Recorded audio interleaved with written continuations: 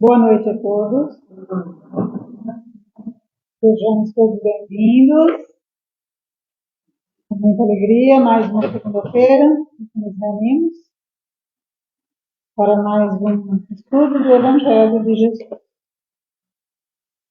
Hoje temos os nossos amigos Pedro Ferreira, nos dando o prazer da companhia. E quem vai nos trazer hoje a mensagem do Evangelho é o Horácio, falando sobre o capítulo 7, nos itens 3 a 6. Todo aquele que se eleva será rebaixado. Então, para que a gente inicie, eu vou ler uma mensagem do Evangelho por Emmanuel, um comentário do Evangelho segundo Marcos. O maior. Ainda e sempre, a vaidade humana prossegue na caça incessante aos títulos máximos da terra. Cartazes da imprensa e programas radiofônicos, na atualidade, cogitam de campeões variados que brilham, passageiros, na ribalta do mundo. O maior pensador, o maior cientista, o maior industrial, o artista maior. E o campo de realizações terrestres, copiando-lhes o impulso, apresenta com garbo seus expoentes mais altos. O maior arranha-céu, o maior transatlântico, o maior espetáculo, a fortuna maior. Todavia, semelhantes pruridos de evidência terrestre não são novos. Há quase 20 séculos, surgiam eles igualmente no colégio dos seguidores humildes do Senhor. Nem mesmo os aprendizes do Evangelho, despretensiosos e simples, conseguiram fugir à tentação do destaque pessoal. Eles próprios, na antevisão do paraíso, indagaram do Mestre com desassombro inconsciente: quem seria o maior no reino dos céus? E a resposta do Cristo ainda hoje é um desafio à nossa fé. O maior no reino do amor será sempre aquele que se fizer o servo infatigável de todos. Aquele que, em se esquecendo, oferece aos outros a própria alegria que não possui. E que, em se ajustando à máquina do bem, possa apagar, contente e anônimo, atendendo, no lugar que lhe é próprio, a tarefa que o Senhor lhe determina. Se procuras desse modo a comunhão com Jesus, onde estiveres, ouvida a ti mesmo, pela glória de ser útil. Ajuda, aprende, ampara, compreende, crê e espera cada dia. E servindo sempre, encontrarás com o Mestre Divino a felicidade perfeita, penetrando com ele o segredo sublime da cruz, pelo qual, em se rendendo à suprema renúncia, fez-se a luz das nações e a esperança da humanidade inteira. Então vamos agradecer a Deus, a Jesus, este Mestre amoroso, que nos apoia, que nos ampara, que nos exemplificou todas as coisas, que nos mostrou como caminhar. Agradecemos, Senhor, por mais essa segunda-feira, por mais essa noite, em que aqui nos reunimos no propósito de aprender um pouquinho mais, de compreender os seus ensinamentos, para saindo daqui, desta casa abençoada, nós possamos exemplificar tudo aquilo que aprendemos, tudo aquilo que compreendemos, sendo exemplos vivos do Evangelho que o Senhor nos trouxe, para com todos aqueles que nos compartilham a jornada. Seja conosco, Senhor, nesta noite, que possamos compreender a mensagem, trazendo para o nosso coração a sua paz, o seu amor e o entendimento de tudo aquilo que o Senhor nos deixou. E assim seja. A parte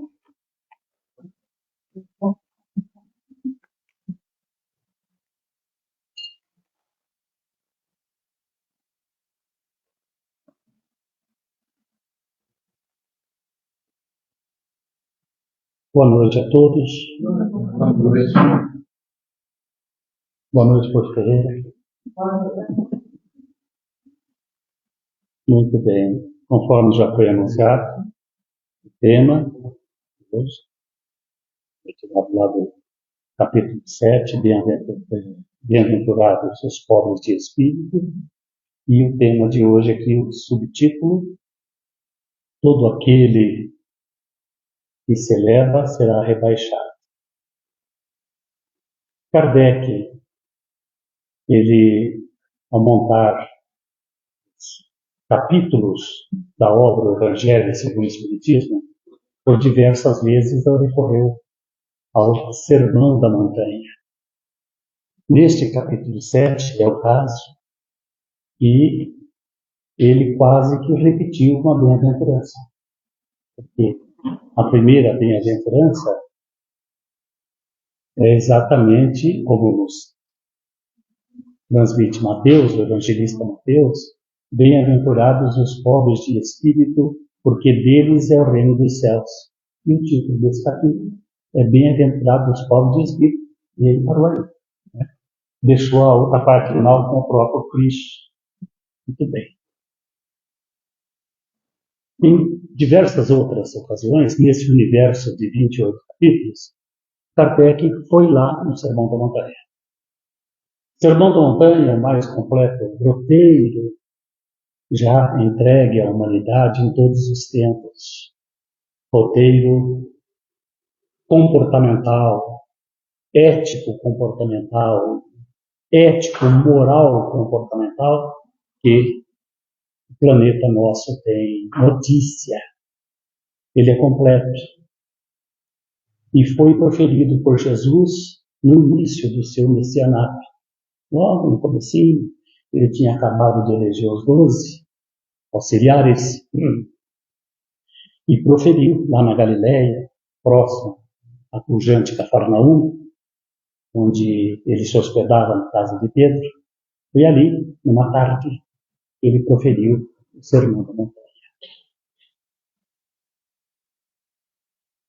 Este sermão, esse discurso extenso,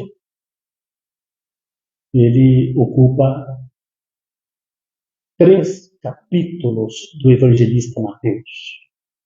Mateus foi o evangelista que registrou esse discurso como nós conhecemos, um começo, um meio, cabeça, tronco, meio. Introdução, desenvolvimento, conclusão. Assim ele está. Desse jeitinho, com essa formatação que nós falamos aqui. Porque os primeiros versículos do capítulo 5, o evangelista Mateus esclarece para nós que Jesus, vendo a multidão, subiu ao monte, assentou-se, ou seja, a postura própria da cultura hebraica de sábios que vão ensinar, assentou-se, os discípulos se acercaram e ele, abrindo a sua boca, os ensinava dizendo, são os 2 primeiros versículos do capítulo 5. Mateus escrevendo. Aí entra o registro da voz de Jesus com as bem-aventuranças. E a primeira bem-aventurança no universo de 8 é exatamente bem-aventurados os pobres de espírito, porque deles é o reino dos céus. Nessas 8 bem-aventuranças, Jesus enfatiza, destaca, eleva as virtudes. E, no meio das curtas frases, o explicativo porquê. Ou seja, a consequência daquela situação elevada. Bem-aventurados os pobres de espírito, porque deles é o reino dos céus. Bem-aventurados os que sofrem, porque serão consolados. Bem-aventurados os brandos, porque herdarão a terra. São 8. A 9ª frase também começa com essa palavra composta, bem-aventurados, mas o foco é outro. Ele muda e dirige ao povo que está lá no sopé do monte. E aí vem aquela série de ensinamentos profundos, grandiosos, que ainda hoje, 2000 anos depois, ainda temos dificuldade de compreender, de aquilatar as grandezas ali contidas. Há um final. São os últimos versículos do capítulo 7 do Evangelho de Mateus. Ou seja, todo o capítulo 5, todo o capítulo 6 e todo o capítulo 7 no universo de 111 versículos, tirando os dois primeiros, e os dois últimos. E quais são os dois últimos? É Mateus falando novamente, e o povo maravilhado com aquele novo profeta, porque ele falava com autoridade e não como os escritos. 111 versículos, tira 2 do começo, tira 2 do final, 111 menos 2 mais 2 são 4, menos 111, não sei fazer conta, mas deve ser 107. Versículo certo, velho? Tudo certinho? Então, é o sermão da montanha. Com aquele começo que nós falamos, as bem-aventuranças, todo o desenvolvimento e o fecho com uma parábola, que é a parábola dos dois alicerces. Muito bem. Ainda hoje existem pessoas de diversas ramificações da cristandade, incluindo aí os espíritas, uns, parece que está acabando isso, e ficam preocupados com essa expressão bem-aventurados os pobres de espírito, e fazem estrecurias, fazem pirotecnias, contorcionismos para explicar isso, quando Kardec, neste capítulo, começando este capítulo 7 do seu Evangelho, ele se apressa e explica que Jesus, ao se utilizar dessa expressão pobres de espírito, estava se referindo aos humildes. Simples assim. Que foi lembrado aqui nesta casa 2 semanas atrás, para não fique dúvida nenhuma para nós. Então, estamos devidamente autorizados, com a participação de Kardec com essa explicação, e lembrado nas casas espíritas a todo instante, aqui há 2 semanas atrás, e por esta expressão, pobres de espírito, Jesus estava se referindo aos humildes. Simples assim. Poderíamos ir um pouquinho mais além. Não é necessário para a nossa conversa. Porque nós podemos, sim, dizer bem-aventurado, repetir Jesus, os humildes, porque deles é o reino dos céus. Pronto, está tudo certinho. Mas a gente poderia ir um pouquinho mais além para dizer a expressão pobres de espírito no idioma utilizado por Jesus, o aramaico, que era uma língua, um idioma pobre, paupérrimo, muito pobre, diferente da língua portuguesa, do italiano, né? Essa fartura aí de verbos, né? Era uma língua muito pobre. Então, o pobres de espírito ensina-nos os sábios, os pesquisadores, pessoas cultas, versadas em cultura hebraica, judaica, que esta expressão pobres de espírito, bem distinto, pobres e espírito, juntas, se constitui uma expressão idiomática. O que significa isso? Expressão idiomática. São expressão, vem de expressar, de falar, de comunicar alguma coisa para alguém, por escrito ou falando, de um determinado idioma, de um determinado país, de uma determinada cultura. Isso é uma expressão idiomática. E dizem os entendidos que aí está o nó, a dificuldade de uma pessoa aprender outro idioma. Porque, por exemplo, alguém que quer aprender língua portuguesa, né, pode vir, ele precisa aprender, vai morar aqui, vai trabalhar aqui e precisa aprender. Ele pode se aprofundar na língua portuguesa, com as classes gramaticais, substantivo, ativo, verbo, advérbio, conjunção, interjeição, flexões verbais, tudo isso. As palavras, o que significa, como é que fala cadeira no seu idioma, como é que fala com língua portuguesa, como é que fala lâmpada e por aí vai. Mas quando chega nas expressões idiomáticas, aí. Porque a definição de expressão idiomática é palavras que têm o seu significado, só que juntas dão um significado totalmente diferente. Então, para entender isso, é difícil, para quem não conhece o idioma. O pobre de espírito é uma expressão idiomática. Mas quem ouviu ali Jesus entendeu muito bem que ele estava falando bem-aventurados os humildes, porque o reino dos céus está preparado para os humildes. Era a linguagem da época, o reino dos céus, reino de Abraão, o braço de Abraão, estar com o Senhor, era isso que podia ser dito agora. Fica mais claro um pouquinho, né, para a gente entender melhor e atentar melhor a que Kardec registrou no Evangelho. E pobres de espírito, Jesus se referia. Aqueles exemplos de expressões idiomáticas aqui da língua portuguesa, repetindo, palavras que têm o seu significado, só que juntas dão uma interpretação totalmente diferente. Como todo mundo falou sim, então eu vou citar alguns. Vamos lá. Para dizer que uma coisa é difícil, complicada, séria, e foi entregue por uma determinada pessoa resolver, lá na empresa, fala que fulano teve que descascar um abacaxi.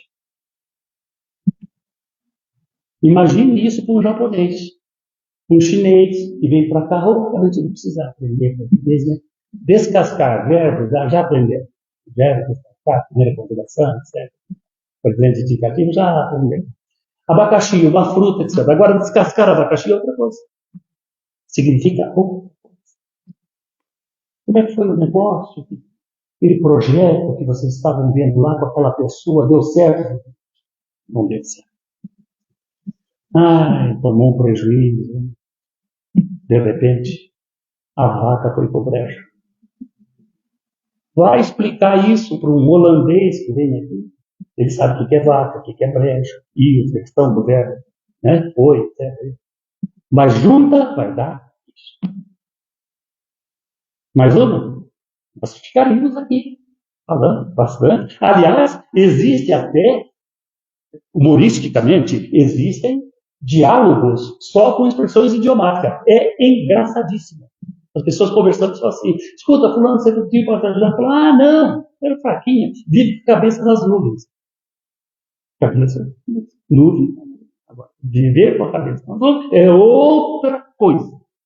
Bem, vocês querem mais, mas não dá tempo. Muito bem. Senão a viola vira caco, né? Vai em caco. Via viola em caco. As coisas deu errado, né? Muito bem. E por aí vai. Acontece que as expressões idiomáticas não é só para coisas assim, engraçadas, jocosas, hilárias, pitorescas. Tem também para coisas sérias, como foi o caso lá no Sermão da Montanha, quando Jesus disse, bem-aventurados os pobres de espírito, o povo que estava lá, possivelmente milhares de pessoas entenderam que ele estava se referindo aos humildes. Quer um exemplo da língua portuguesa? De coisa séria e bonita? Como todo mundo falou sim, eu vou dizer.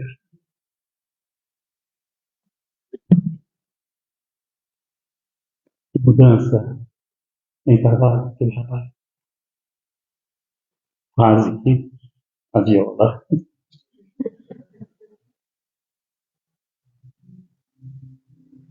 É aquela, eu acho interessante.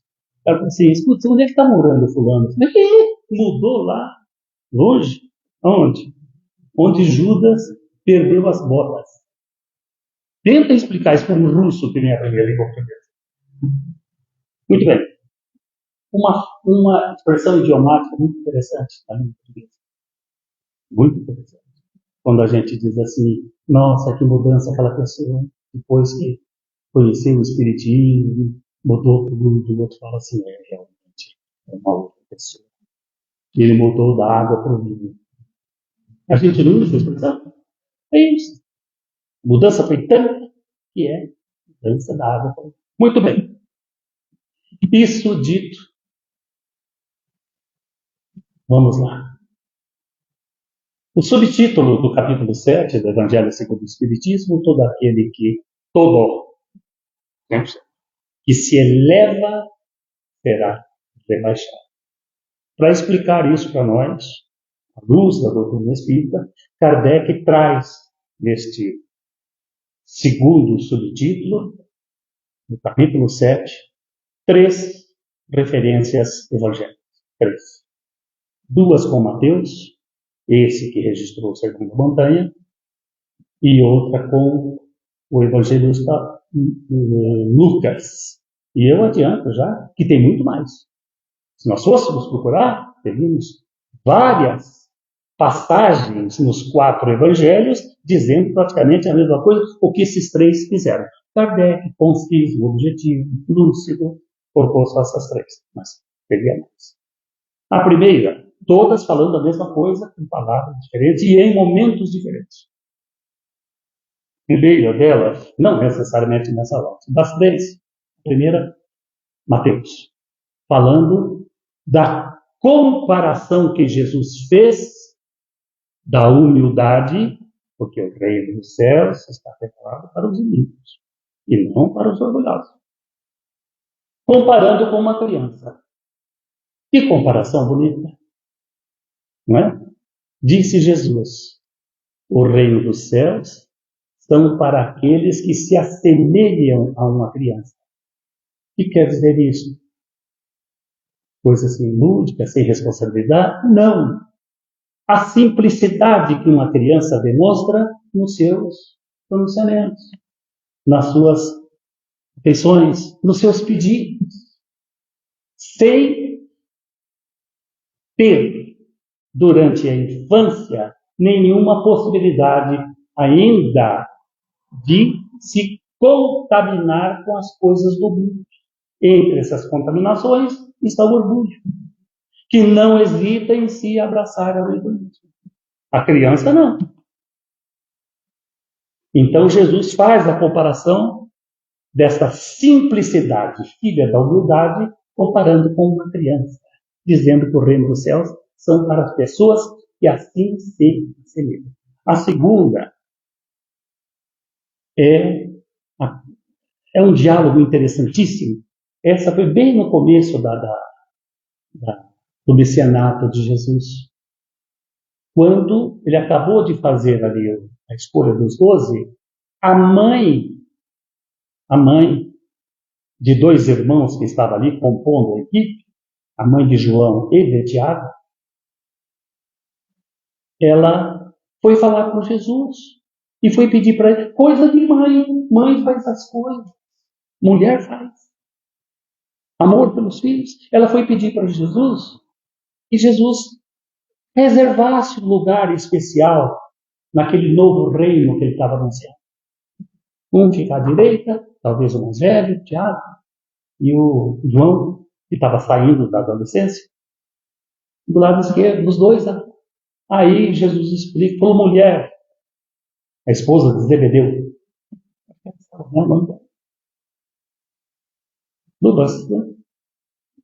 eu ia pesquisar isso. Não importa. Era a mulher de Zebedeu. Zebedeu, aliás, pai de João. Ele falou, mulher, você não sabe o que você está pedindo. Porque daí entra Jesus discorre sobre coisas mais elevadas ali, como sorver o cálice, e eles disseram que podia, mas revoltou os outros. Final desse registro, que Kardec coloca ali, no capítulo 7 do Evangelho segundo o Espiritismo. Essa questão de ocupar um lugar no reino dos céus compete ao Pai, não é nem a ele, Jesus, mas ao Pai. É o que ele podia dizer lá à época. Hoje, com as claridades da doutrina espírita, nós podemos entender muito bem que seria a ocupação de uma vida melhor no plano espiritual para aqueles que cumprem as leis. O que ele podia dizer ali foi isso compete ao Pai. Não compete, a ele não competia mesmo. Porque a ascensão moral, intelectual e espiritual compete a cada um de nós. Mas na época foi o que Jesus falou para ela. Você não sabe o que você está pedindo. Isso compete ao Pai. Muito bem. E fecha esse registro, segundo, é de Mateus, o evangelista Mateus, dizendo que o Filho do Homem, o próprio, veio para servir e não para ser servido. O terceiro registro é do evangelista Lucas, registra o pronunciamento de Jesus, Lucas, fazendo uma comparação belíssima, elucidativa, comparando com uma festa. Todo mundo sabe que é festa. Naquela época ele sabia muito bem que era uma festa. Amanhã eu vou participar de uma importantíssima na minha vida. Muito bonita. Como foi essa comparação? Ele disse, quando você for convidado para uma festa, não procure os primeiros lugares da mesa. Porque você pode ser constrangido a ser convidado pelo dono da festa a deixar para aquele lugar ser ocupado por pessoas mais importantes. Olha que coisa chata. Você chegar lá todo alegre, né? Ô, papai, daqui a pouco chega o dono da festa e diz assim, pega um outro lugar aí, que aqui tem gente mais importante. Constrangimento, coisa chata, isso acontecendo. Então, para que não se verifique isso, a orientação dada por Jesus. Procure o último lugar, ou os últimos lugares. Porque se o dono da festa, ali representado o próprio Criador, se o dono da festa entender que você deve se vir mais para frente, ele vai te convidar. Mas, ou seja, não é de lá para cá, mas daqui para lá, para que não haja constrangimento. Resumo desses 3 registros que Kardec coloca neste capítulo. Todos esses comportamentos têm uma base, uma sedimentação, a humildade. E antepondo-se à humildade está o orgulho. O orgulho, lá atrás. Solapando, dinamitando a saúde moral das pessoas, de todos os tempos. Hoje nós somos 8 bilhões de pessoas aqui.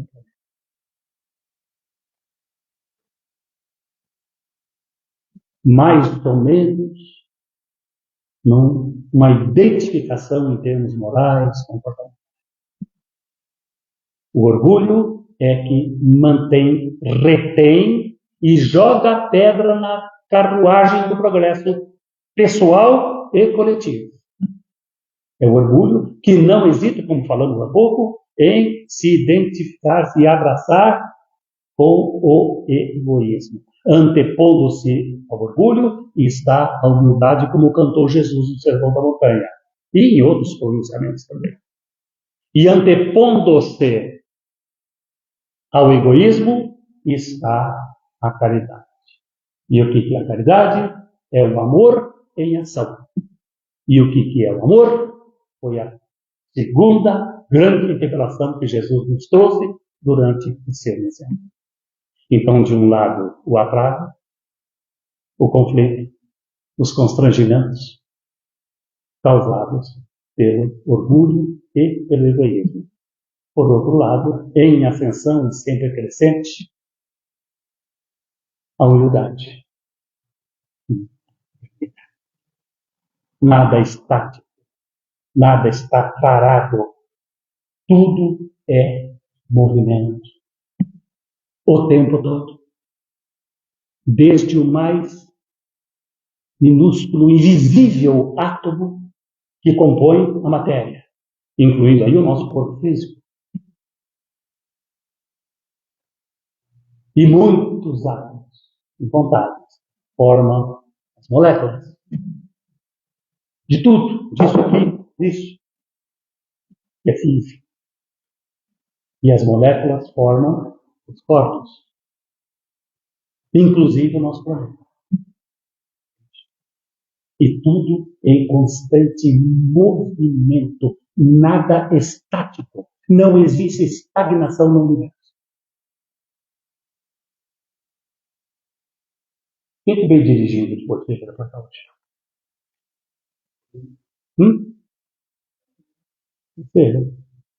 Teve uma hora, eu estou sabendo, eu tenho uns informantes, falaram assim, Rose, a velocidade máxima aqui é 120. Aí ela falou assim, eu sei, eu estou olhando, eu estou a 107. Tem problema? Aconteceu isso ou não aconteceu? Claro. 107 quilômetros. Nós estamos agora, neste momento, viajando a 107 mil quilômetros por hora. Só pode ser, meu amigo. A vaca ia do brejo. É a velocidade da Terra em torno do Sol. E quem gosta de matemática, eu não gosto. Se eu tiver que aprender como a Helena Suassuna disse uma vez, se eu tiver que fazer uma conta, 4 vezes, eu erro as 4 e os 4 resultados são diferentes. Muito bem. Vocês viram a dificuldade minha aqui? Com 111 versículos, tira 2 dá 4 para tirar 111. Muito que eu demorei aqui. Quase que eu peguei aqui. Mas quem gosta de fazer conta, é muito simples. Muito fácil. Pega 107 mil quilômetros por hora, espaço é igual a velocidade vezes tempo. Certo, professor? Não é isso? E igual a VT. Já dei isso. A fórmula física. Então, nesses 3 incógnitas aí, esses 3 dados do problema, nós temos a velocidade, temos o tempo, 365 dias, falta apenas nós fazemos a continha, transformando no mesmo sistema, né? O 365 dias em horas, aí já dá para fazer a continha, para ver esse périplo que a Terra faz com tudo, com a Lua, Saturno, também lá, tudo em movimento. Mas a Terra especificamente é 107 mil quilômetros por hora, levando a Lua, nossa, junto, em volta do Sol. Só fazer a continha, né? Mas essa continha não dá para fazer nos nossos calculadores, né? Se fizer, é capaz de ela fazer massa, não vai dar certo, né? Nós precisamos de mais recursos para chegarmos nesse número. Mas é movimento. Tudo é movimento. Não somente a Terra. Os outros planetas, Mercúrio, Vênus, Terra, Saturno, Netuno, Urano, todos eles, os planetóides, os asteroides, os meteoros, tudo esse conjunto está em movimento em função do nosso sistema solar. E o nosso sistema solar, tudo em movimento com outras estrelas de certas constelações, tudo em movimento em viagem astronômica em velocidade incalculáveis para nós. E tudo na galáxia, e a galáxia também. E as galáxias entre elas. E o número de galáxias é incontável. Tudo em movimento. E o ser humano, o ser inteligente do universo, que tem uma destinação, como cantou Jesus no Sermão da Montanha, se permite estagnar. Parar.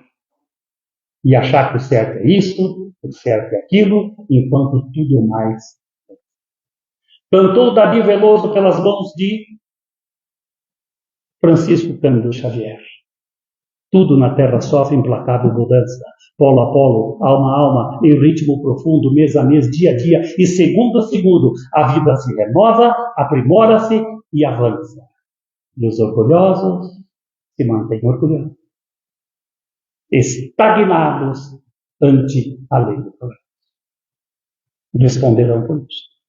O recado foi dado brilhantemente por Jesus no Sermão da Montanha, que levou o pacifista Gandhi, Mahatma Gandhi, grande alma, que foi assassinado em 1948 por um fanático. Ele disse: li o Sermão da Montanha uma vez e amei Jesus. Gandhi não era cristão. Antepondo-se à humildade, o orgulho. Antepondo-se à caridade, o amor em ação, o egoísmo. E estas duas indústrias nefastas, como nós falamos lá em Porto Ferreira recentemente, que tecem essas roupagens, muitas vezes bonitas, farfalhantes, cores chamativas, com teares especiais, impressionam, sensibilizam, mas levam com esta impressão que sensibiliza tristezas, desalentos, decepções, até a pessoa acordar para a verdadeira vida. O senso de maturidade moral de que nos fala Kardec no Evangelho segundo o Espiritismo, capítulo 17, item. E tudo isso, sobre a ótica da doutrina espírita, as coisas ficam muito mais claras, fáceis de acesso a qualquer pessoa, como fez Kardec no início desse capítulo e que foi repetido aqui nessa casa, e por pobres de espírito, Jesus se referia aos humildes. Simples assim. A trajetória está muito bem delineada para nós, porque no Sermão da Montanha, Jesus fala de como devemos orar, como devemos comportar ante desafetos, como que devemos utilizar riquezas materiais, como devemos ante as tribulações da vida, não nos preocupemos com o dia de amanhã, e fecha com aquela parábola que nós falamos, a parábola dos dois alicerces. Simples assim, é só e partir passar. Com mudanças de comportamento. Não precisa ser da água para o vinho, mas começar a mudar, a começar de dentro de casa. E daí estender para a rua, para o trânsito, para aqueles lugares que a gente vai com de senha, paciente, né? Aquele filho que... Por aí. Até chegarmos a essa condição de estarmos em posse desse senso de maturidade moral para alçarmos voos mais altos. Com isto, um resumo disto, distanciamento de orgulho de qualquer espécie. E buscarmos a humildade que engrandece, que faz crescer, que anima. É o tem de bom ânimo, falou Jesus, por ocasião de sua despedida antes da crucificação. No mundo tereis tribulação, tem de bom ânimo. Eu venci o mundo. O orgulhoso e o egoísta, numa proposta de vencer aqui, serem vencedores aqui. É para vencer o mundo e não no. Fica mais claro, né? Para a gente entender. É só colocar em prática. Na virada dos anos 50 para os anos 60, século passado, eu era um pré-adolescente. Nem adolescente eu era. Nós tínhamos, onde morávamos, na cidade que morávamos, aqui no norte do Paraná, uma banca de jornais e revistas. Propriedade do meu pai. Ela ficava na praça principal da cidade, plana, não é como daqui que fica no numa clipe. Era plana, muito bonita, tá? Continua bonita, e um espaço bem maior. No cantinho lá estratégico estava a banca nossa. Eu trabalhava lá junto com meu pai. Eu ficava mais tempo lá, apesar de ser uma criança. E a Avenida Amazonas, uma avenida larga, que durante um bom tempo, lamentavelmente, ela serviu como rodovia do café, ligando Londrina a Maringá. E tantos problemas, acidentes, mortos. Hoje não, tá? Via direitinho, pedagiado, fora da cidade. Naquela época era... não tinha tantos veículos, tem hoje, tinha quase nada em relação a isso. Mas a rodovia passava no centro. Muito bem. E a banca nossa ia. Por alguns dias, começou a estacionar ali em frente à banca, pessoa com um carrão enorme, vermelho. Eu ficava fascinado quando eu via aquele carro chegando, aquele obedecia. Um senhor já com uma certa idade, meio obeso, de terno e gravata. Muito comum nessa época, em certas profissões, não tinha jeito, tinha que ser com terno e gravata. E ele descia, e eu adorava ver aquele carro. Ele parecia fazer uma mesura, tanto molejo que tinha, vermelho, Ford Fairlane. Diz alguma coisa? Modelo era Fairlane, Fairlane. Deve ser Fairlane. Ele descia e, teatralmente, ele abaixava, levantava os vidros elétricos para o primeiro carro que eu vi. Demorou muito para eu ver os carros nacionais. Tinha o Fusca naquela época, Kombi. Muito bem.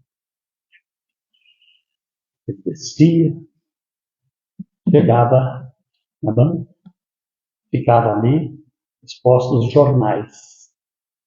Né? Então, a gente distribuía, não tinha muitos jornais. Era a Folha de Londrina, Última Hora, tinha o Diário.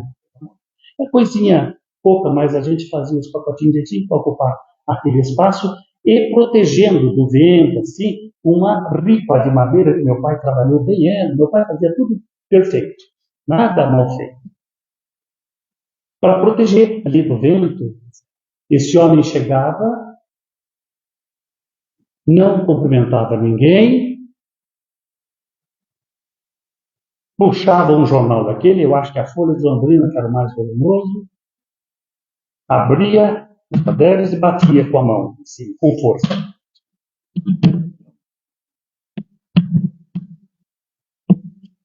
Entrava no carrão, todo mundo olhando aquele carro bonito, vermelho, diz que o Aerosférias interino.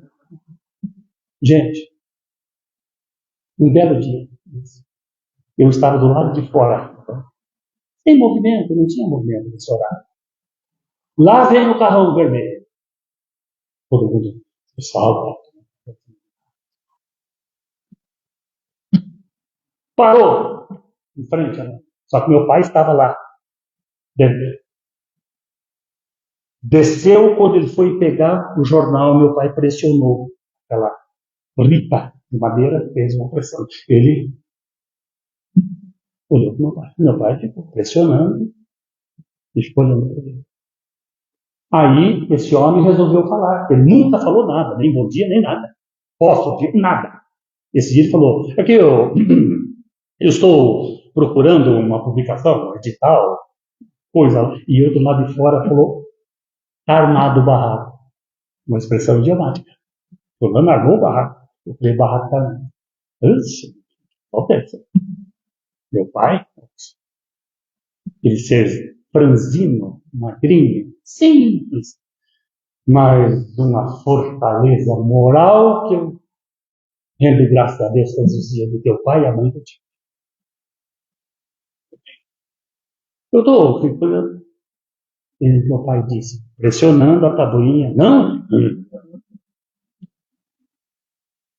Falou, se o senhor quiser ver alguma coisa, alguma publicação no jornal, o senhor deve comprá-lo. E não fazer o que o senhor está fazendo todos os dias. Meus amigos, este homem deu um passo para trás. Levantou a mão de dedo e disse a frase que Todos nós. O senhor sabe com quem o senhor está falando? Gente, eu lembro disso, como se tivesse acontecido hoje.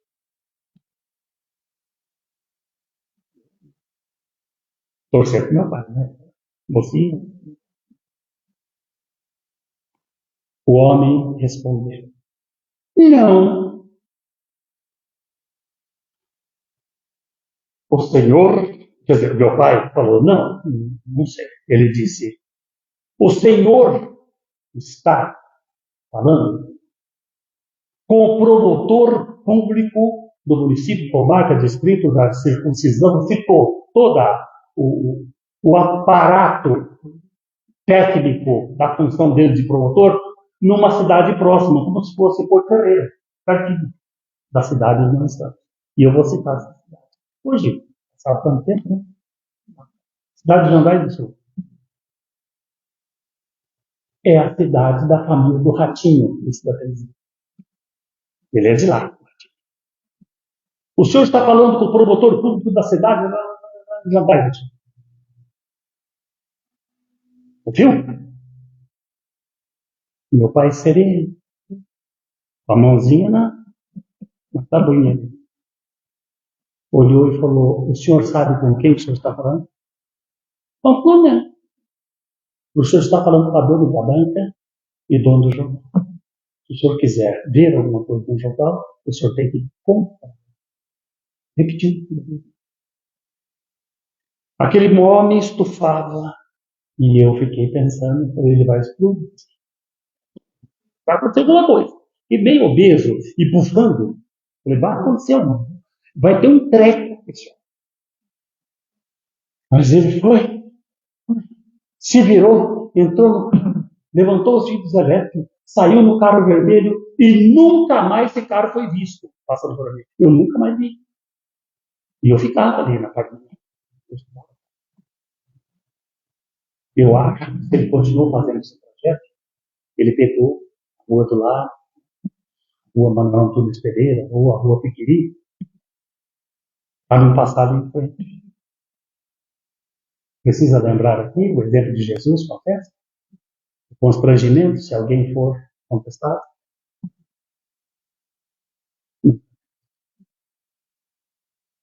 Meus amigos, eu estou citando isso, não é para realçar as qualidades morais do meu pai. Não precisa. Não é a proposta de hoje. E nem de denegrir aquele homem. Momento. Eu contei isso para destacar uma coisa. Depois de Kardec ter nos entregado essas três citações evangélicas, duas de Mateus e uma de Lucas, e é a seguinte: quem procura se afastar de orgulho e de egoísmo para se envolver com os tecidos sutis, tecidos pela humildade e pela caridade, era a proposta do meu pai. São sempre pessoas de comportamento sereno, tranquilo, não se altera. E quem se prende ao orgulho, não importa o teor, se é pouquinho, se é muito, daquele lá, ali foi muito. É uma constante administração de conflitos, de tristezas. Porque eu tenho certeza, clara, nítida. Aquele homem, enquanto ele viveu, naturalmente já desencarnou, porque estaria com mais de 120 anos hoje, como meu pai. Meu pai desencarnou em 1991, com 57 anos. Enquanto ele viveu, ele não esqueceu desse episódio. Puta, aquele dia. Enquanto ele viveu. E muitas noites ele deve ter ido dormir pensando naquilo. Isso aí arrebenta com o fígado, com o rins, com o pâncreas, o sistema circulatório. É o desarranjo que uma pessoa tem, que muitas vezes retorna à pátria espiritual antes do tempo, por causa desses desregramentos. Não é destino, é desatino. Meu pai, do mesmo jeitinho, sem alterar nada. Pulso, ritmo cardíaco, adrenalina, suores, não. Tanto que ele atendeu as pessoas, pela caixa, não sei tanto. Ele usava relógio de pulso. Tudo certinho? Tchau, pai, tchau. Normal. E duvido que meu pai tenha comentado isso com alguém algum dia. Você já viu o que aconteceu? Idiota! Não. Sereno. Tranquilo. É porque ele está envolto com a humildade e com a fé que remove montanhas à luz de Deus. Ele proclamou isso no Sermão da Montanha, não foi? Foi para que a gente aprendesse e mudássemos os nossos comportamentos. Porque tudo na Terra sofre implacável mudança, polo a polo, alma a alma, em ritmo profundo, mês a mês, dia a dia e segundo a segundo. A vida se renova, aprimora-se e avança. Não há lugar para estagnação, para alcançarmos um dia a condição de bem-aventurado, como nos ensinou Jesus. Uma das bem-aventuranças, eu falei algumas aqui, mas uma delas reza o seguinte, aquelas frases curtas: bem-aventurados os limpos de coração, porque eles verão Deus. Quem disse isso foi Jesus. Não vamos permitir estagnação, parada, puxar freio de mão na dinâmica da vida. E vamos ficar atentos ao recado, não somente do Sermão da Montanha, mas desses nomes belíssimos que se seguiram e o nosso país tão fértil, como, por exemplo, de Davi Veloso, pelas mãos de Francisco Cândido Xavier. Tudo na Terra sofre implacável mudança. Polo a polo, alma a alma, em ritmo profundo, mês a mês, dia a dia e segundo a segundo, a vida se renova, aprimora-se. Reflete no museu onde a glória descansa. Bronzes, troféus, brasões, escudo, insígnias, em repouso infecundo, mostrando que a riqueza humana é cinza para o mundo. Ontem púrpura e sol, hoje trapo e lembrança. Força, fama, ilusão, beleza, glória, caem da ostentação da senda transitória, nos arquivos do tempo, o eterno sábio mudo. Uma riqueza só permanece intocável. É a riqueza do bem que esparziste pela estrada. Luz a esperar-te, quando da renovação de tudo.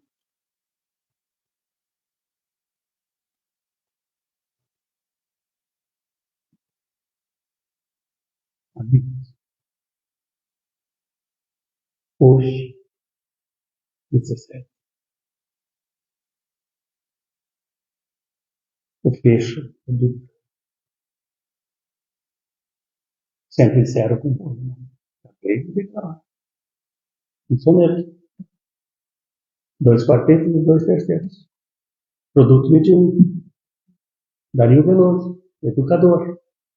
Aqui na Terra, um plano espiritual. Muito mais educador ainda. Utilizou-se do correio chamado Francisco Cândido Xavier. Eu declarei aqui. Mas hoje tem mais um poeta.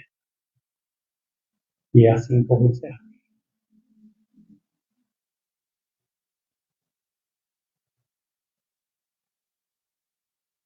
Esse poema, um dia, a minha amada, que me antecipou no retorno do Papa espiritual, até nisso ela estava na minha frente, olhando isso.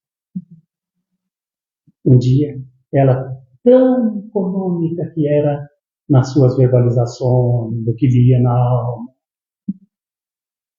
bem ao contrário de mim. Ele me diz, criança, era assim que nós nos comunicarmos.